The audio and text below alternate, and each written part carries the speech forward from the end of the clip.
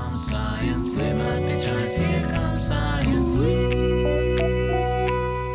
Hi, Dr. H here. This video will be our Unit 3 review going over cellular energetics. This material, I think we have a very good chance of seeing questions that touch on this on our test this year. So definitely pay close attention to this review, and we will try to spend a little bit of extra time on this unit. In terms of topics, I will start with a very quick review of enzymes and some basic energy concepts, and then we'll get into our two energy processes within the cell, our energy capturing pathways of photosynthesis, and then our energy releasing pathways of cellular respiration. So starting with a very quick overview of energy. I'm not going to go into a whole lot of details here, but looking at some very basic thermodynamics. Energy cannot be created or destroyed. It is only converted from one form to another. And with each of those energy conservations, we do see a little bit of energy loss, and that energy loss goes to contribute to the increasing entropy or the increasing disorder of the universe. Those are kind of big picture ideas. When we start looking a little bit smaller picture at the energy of chemical reactions, we see our delta G. This is our energy of chemical reactions, right? It's the Gibbs free energy. So energy can either be released during a chemical reaction, or energy can be absorbed. Energy is required for a chemical reaction. For a chemical reaction that is releasing energy, this is what we call an exergonic reaction, and this would have a negative delta G. Right, a negative energy change, so energy is being released. If energy is required for a chemical reaction, if energy has to go into the reaction, then that would have a positive delta G, and that would be called an endergonic reaction. When we look at these reactions happening within a cell, cells are going to perform reactions as part of a pathway. Okay, we want to release our energy step by step with these exergonic negative delta G reactions. We never want a cell to get to equilibrium, right, where our delta G is 0. Equilibrium basically means that a cell has died. Right? We want an open system. We want energy constantly flowing into a cell.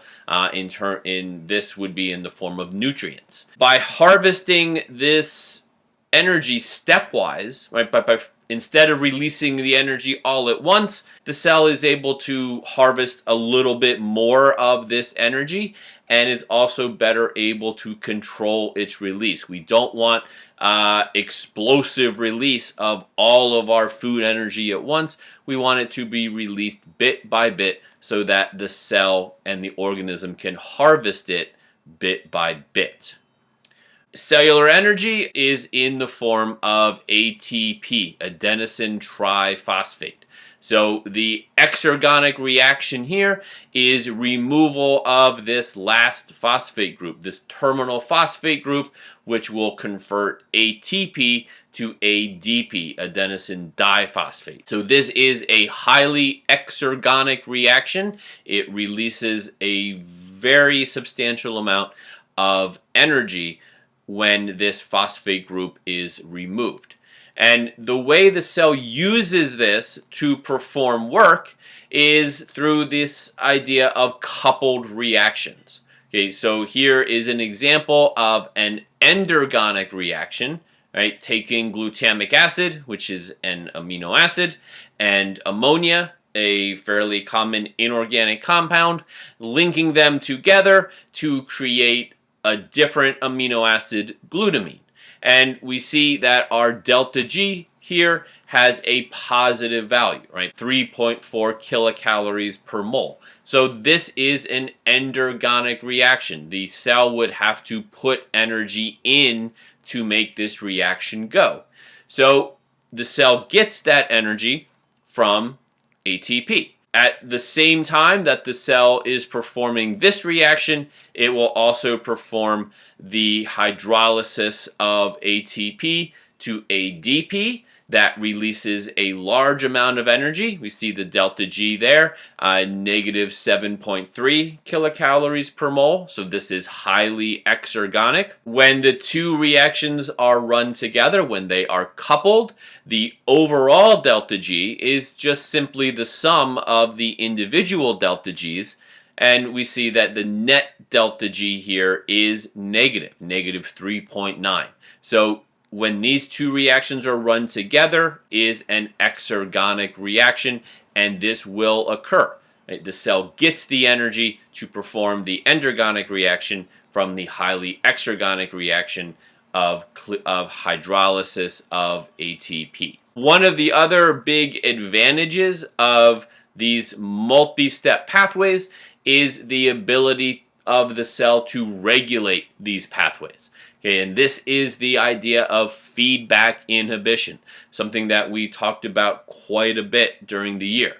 Okay, so here we see our multi-step pathway. Again, we are converting one amino acid to a different amino acid. In this case, we are starting with threonine and converting it into isoleucine, and we have all of our intermediate steps. So the feedback inhibition is this idea that the end product, in this case isoleucine, will come back and turn this pathway off. Right? It will turn it off at the very beginning. That way the cell does not overproduce isoleucine above and beyond what it actually needs. Once its isoleucine stock is high enough, then the excess isoleucine will start to bind to this first enzyme here and will inhibit that enzyme. Okay, when isoleucine levels drop, they'll start to come off the enzyme will reactivate, and the pathway will start back up. Okay, we will see this feedback inhibition a few other times as we go through each of these units. Each of these metabolic steps is carried out by an enzyme, so let's spend a little bit of time talking about enzymes here. Remember that enzymes function by lowering this energy of activation. So here we have an energy plot of a chemical reaction. We see that the overall delta G here would be negative, so this would be an exergonic reaction. It will be releasing energy. But looking at the black line, we see this big energy of activation, this little energy hill that the reactants have to get up and over before the reaction proceeds with the overall release of energy. When we add an enzyme, the enzyme catalyzed reaction is the red line. The overall energy change is the same, right? Delta G does not change with the enzyme, but this energy of activation does change. Okay, the energy of activation is now lower.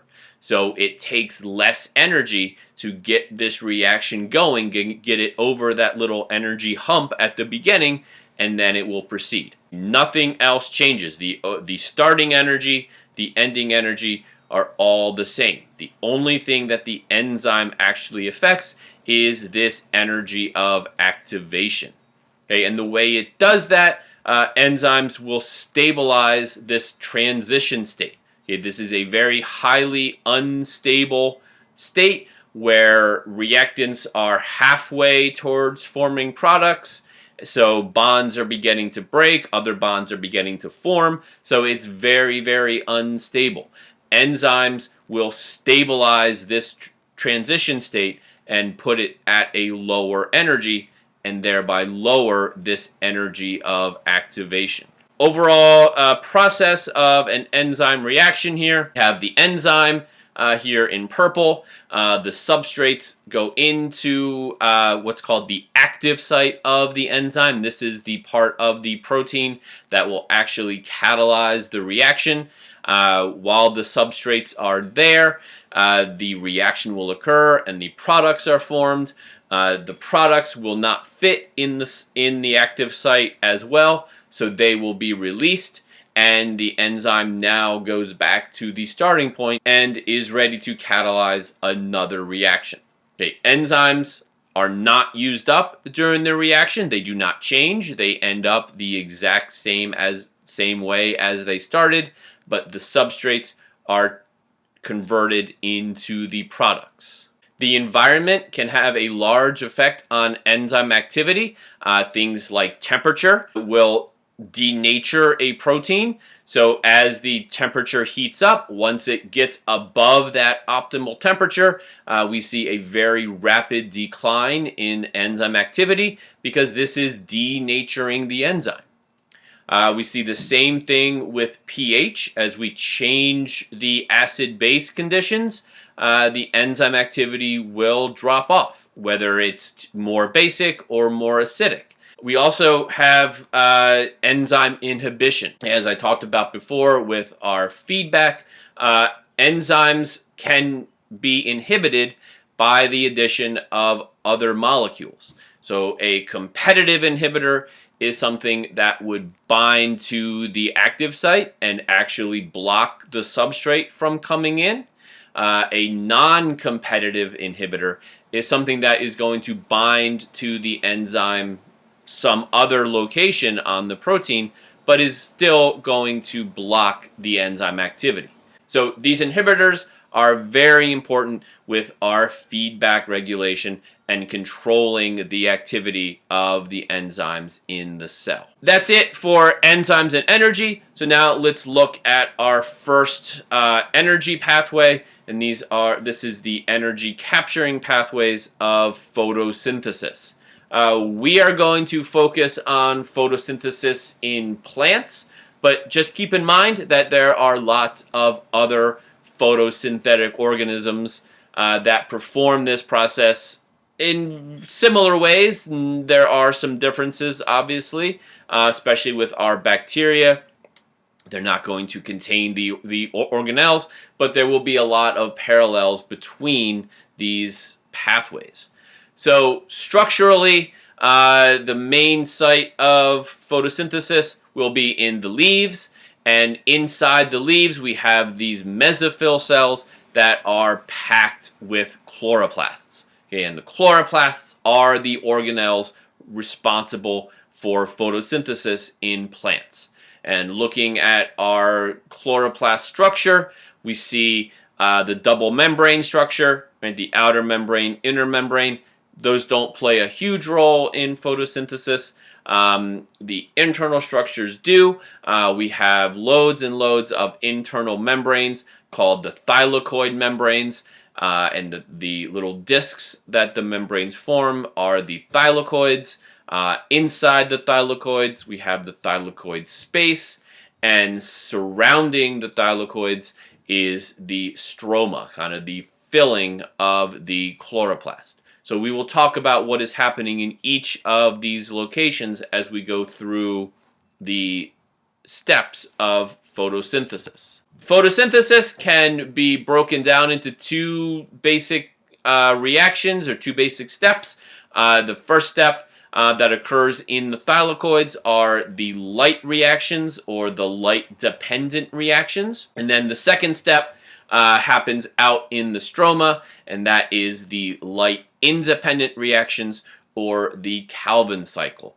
And as shown here on this diagram, the products of one set of reactions are fed in to be the substrates for the other set of reactions. This forms an overall energy flow with respiration.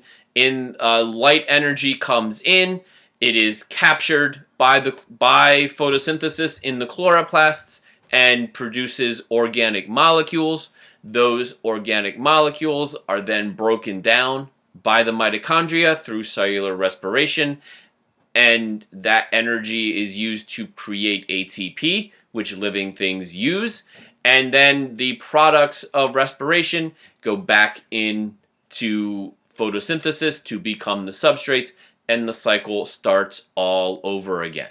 So there's lots of different cycles here going on every different level. Right here we're looking at this energy cycling on an ecosystem level. The first set of reactions in photosynthesis are the light-dependent reactions. Okay, and like I said, this is occurring on the thylakoid membranes. Inputs here, water, light, and a couple low-energy starting molecules. The major outputs here are oxygen, which is actually going to be our waste product, and our two high-energy products, ATP and NADPH.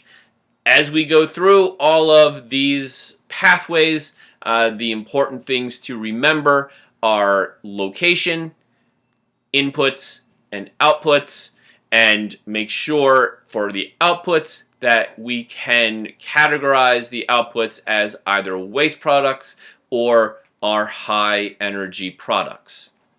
So here's an overall schematic of the light reactions. I'm not going to go into all of the details. I don't think the details are all that important.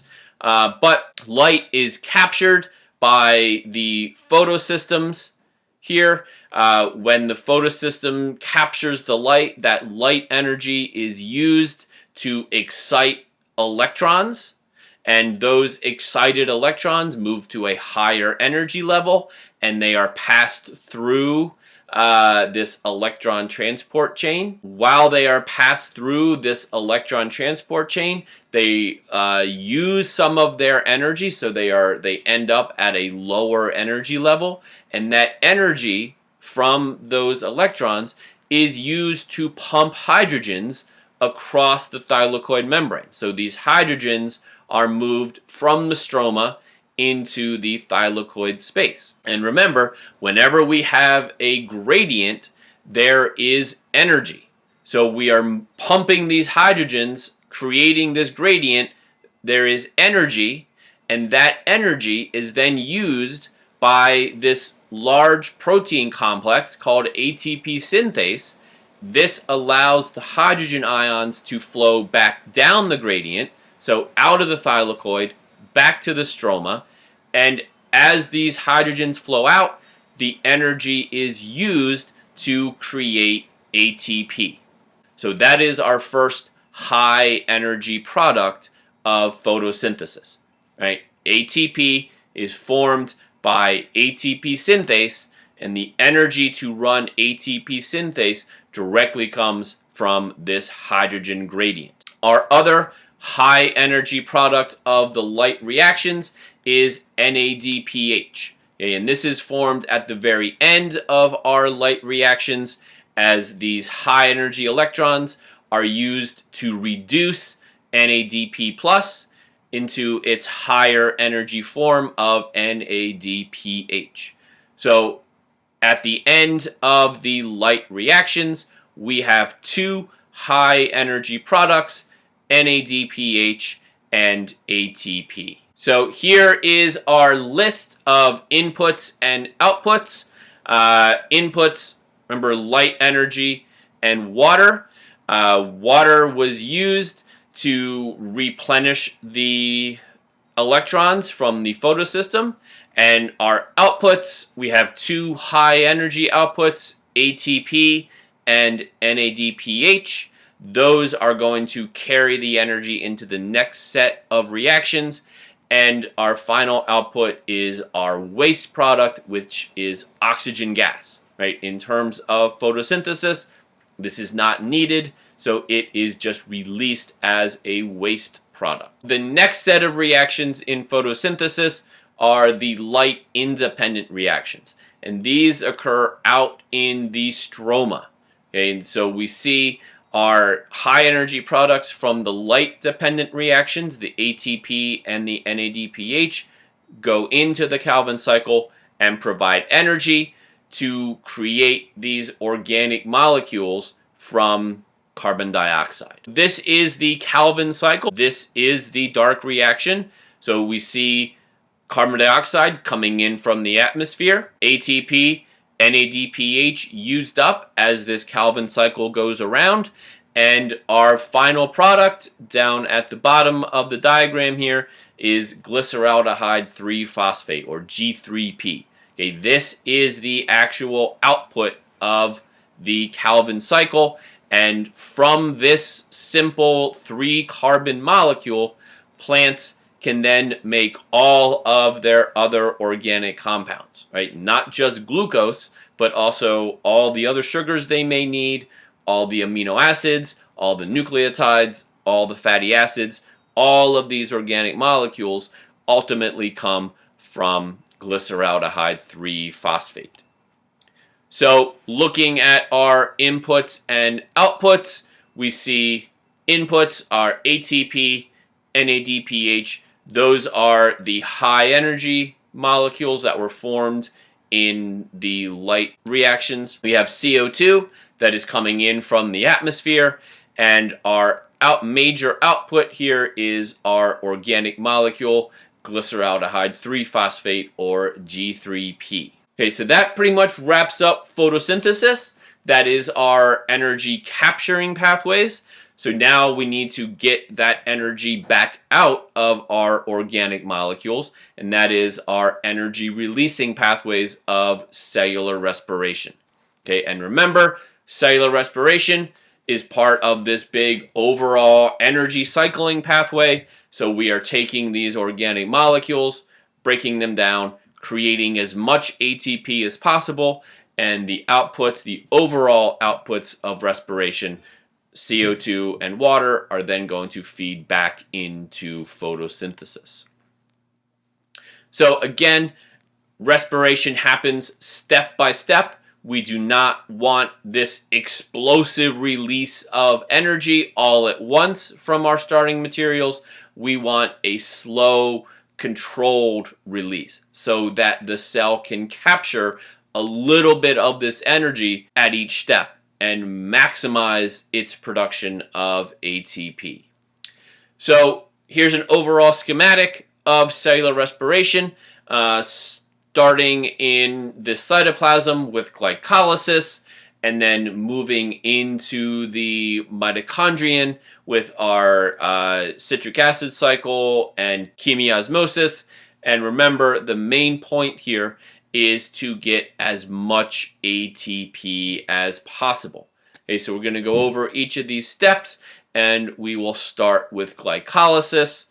Here's overall schematic. Again, we do not need to know the initial steps. Starting material will be glucose.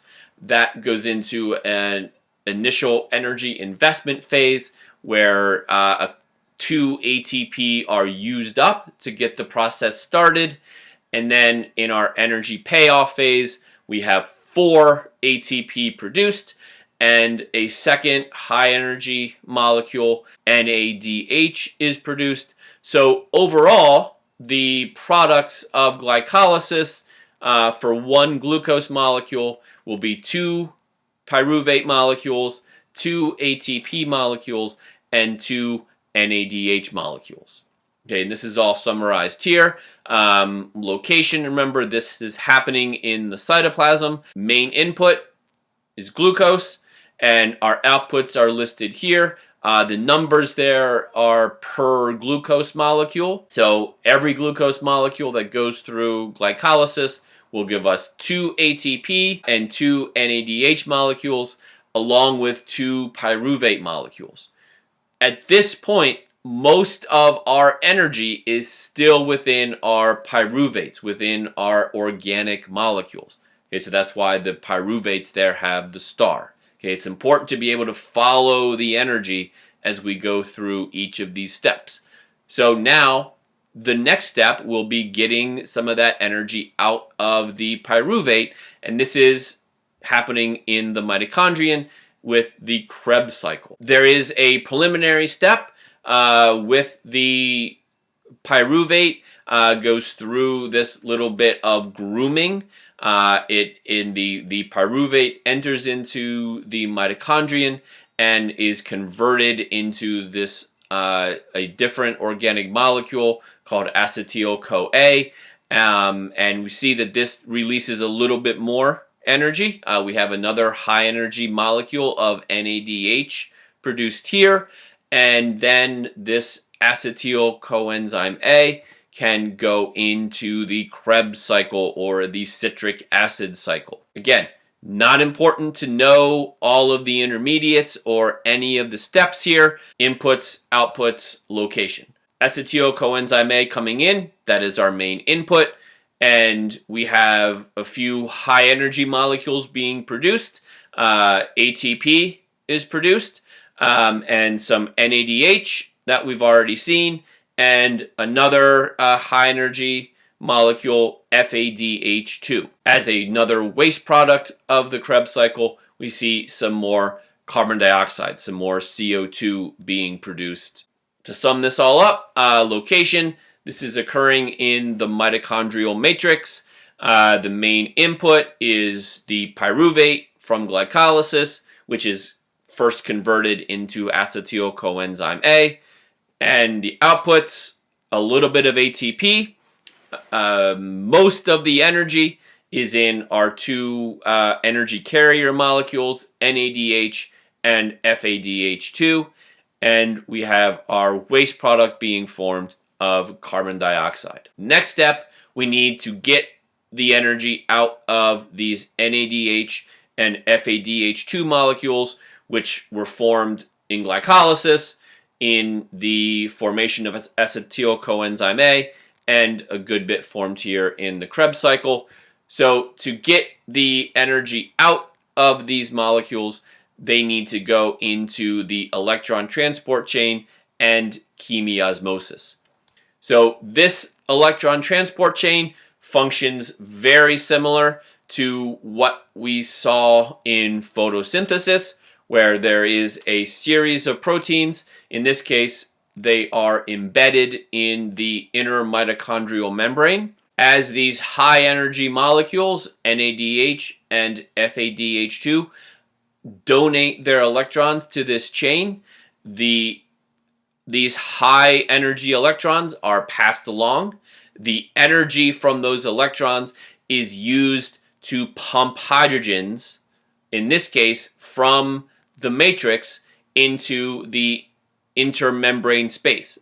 Again, remember, whenever we have a gradient, there is energy. So the electron transport chain is producing this hydrogen gradient, and we have our large protein complex ATP synthase that allows the hydrogens to flow back down the gradient, using the energy that is released to create ATP, right? And that is our chemiosmosis step. Very important step here with the last protein of the electron transport chain. As these electrons have given up all of their energy, they are used to link hydrogen and oxygen together to create water. Okay, and this is why we need oxygen in cellular respiration. Remember, oxygen is highly electronegative, so you can kind of think of oxygen as pulling all of these electrons down this electron transport chain, and then water is produced as the electrons are used to link the hydrogens and the oxygens together. Wrapping up electron transport chain and chemiosmosis, okay, location, the inner mitochondrial membrane. The two major inputs here are high energy carriers, NADH and FADH2, and our output here is ATP. And remember, that was the whole purpose of cellular respiration, to maximize how much ATP we are producing.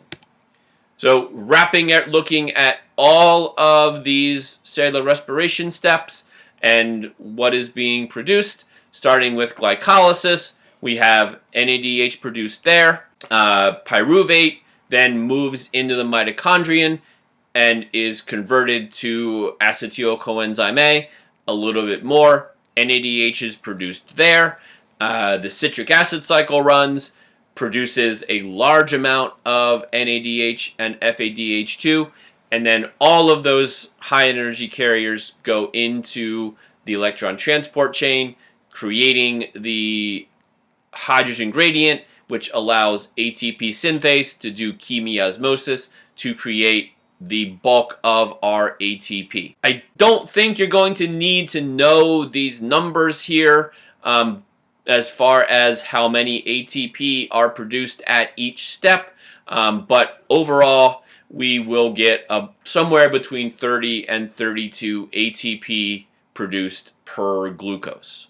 All of this happening in the mitochondrion. This is all aerobic respiration, meaning that it occurs in the presence of oxygen. So what happens if there is no oxygen available? Then the pyruvate then, instead of going into the mitochondrion, will stay in the cytoplasm and go into a fermentation pathway. So fermentation, this is an anaerobic pathway, meaning that it does not require oxygen. And some organisms, especially some unicellular organisms, only do these anaerobic pathways, where glycolysis and fermentation gives them enough energy to survive. So there are two fermentation pathways. Alcohol fermentation here. This occurs mainly in yeast, and we see glycolysis running, creating pyruvate, and then the fermentation pathway takes that pyruvate and converts it to ethanol. Important thing to remember here about fermentation pathways is they do not create any ATP themselves. The fermentation pathway takes the NADH that was created during glycolysis and oxidizes it back to NAD+. This allows the glycolysis pathway to continue running and make more ATP. So in anaerobic conditions, the only source of ATP is glycolysis. Fermentation is important so that glycolysis does not run out of its important substrate, NAD+. The other fermentation pathway is lactic acid fermentation. Again, performs the same process, regenerating NAD+ to keep glycolysis moving, but this lactic acid fermentation occurs in animals and in some bacteria. Again, the only source of ATP here is the glycolysis pathway. Fermentation does not make any ATP by itself.